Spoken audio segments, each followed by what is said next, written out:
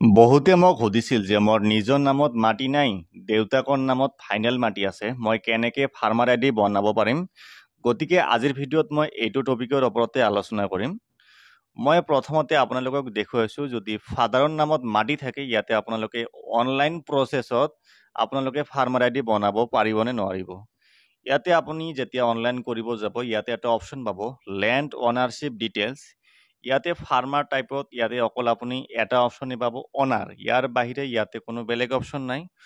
অৰ্থাৎ নিজৰ নামৰ মাটি থাকিলেহে আপুনি ফাৰ্মাৰ আইডি বনাব পাৰিব অনলাইনৰ থ্ৰুদি। ইয়াতে আপুনি কিবা কৰি যদি বনায়, অনাৰ অপশ্যন চিলেকশ্যন কৰি ফাদাৰৰ মাটি ডিটেইলছ ফিল আপ কৰি যদি আপুনি ফাৰ্মাৰ আইডি বনায়, আপোনালোকৰ আগলৈ প্ৰব্লেম হ'ব পাৰে।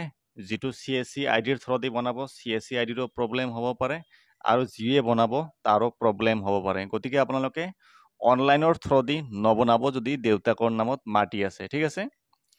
আপোনালোকে যদি ফাৰ্মাৰ আইডি বনাব বিচাৰিছে আপোনালোকক অফলাইন বনাব লাগিব।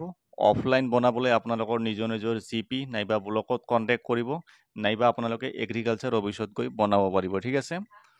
ডকুমেণ্টছ কি কি লাগিব? সেম ডকুমেণ্টছ লাগিব। অনলাইনত যিখিনি ডকুমেণ্টছ লাগে অফলাইনতো সেম ডকুমেণ্টছ লাগিব। মই তথাপি আকৌ এবাৰ কৈ দিছোঁ, আধাৰ কাৰ্ড লাগিব, তাৰপিছত মাটিৰ ডকুমেণ্টছ লাগিব, মাটিৰ যিটো জমাবন্দী আছে সেইটো লাগিব, লগতে আধাৰ কাৰ্ডৰ লগত যিটো মোবাইল নাম্বাৰ লিংক আছে সেই মোবাইল নাম্বাৰটো লাগিব। এই দুটা ডকুমেণ্টছ হ'লে আপোনালোকে ফাৰ্মাৰ আইডি বনাব পাৰিব। আপোনালোকে যদি অফলাইন বনায় আপোনালোকক ৰিচিপ্ট নিদিব পাৰে। আপোনালোকৰ এনেকুৱা ধৰণৰ এটা মেছেজ আহিব, ইয়াতে এনৰলমেণ্ট আইডি নাম্বাৰ লিখা থাকিব। এইটো এনৰলমেণ্ট আইডিৰ থ্ৰুদি আপোনালোকে চেক কৰিব পাৰিব যে আপোনালোকৰ ফাৰ্মাৰ আইডিটো এপ্ৰুভ হৈছে নে নাই। গতিকে আপোনালোকক মই আকৌ এবাৰ কৈছোঁ, আপোনালোকৰ যদি দেউতাকৰ নামত ফাইনেল মাটি আছে আপোনালোকে অফলাইন ফাৰ্মাৰ আইডি বনাই লওক, অনলাইন নবনাব, ঠিক আছে। চ' আজিৰ ভিডিঅ'ত এইখিনি আছিল। ইয়াৰ বাহিৰেও কিবা যদি সুধিবলগীয়া থাকে কমেণ্ট বক্সত কমেণ্ট কৰি জনাব পাৰে। ধন্যবাদ।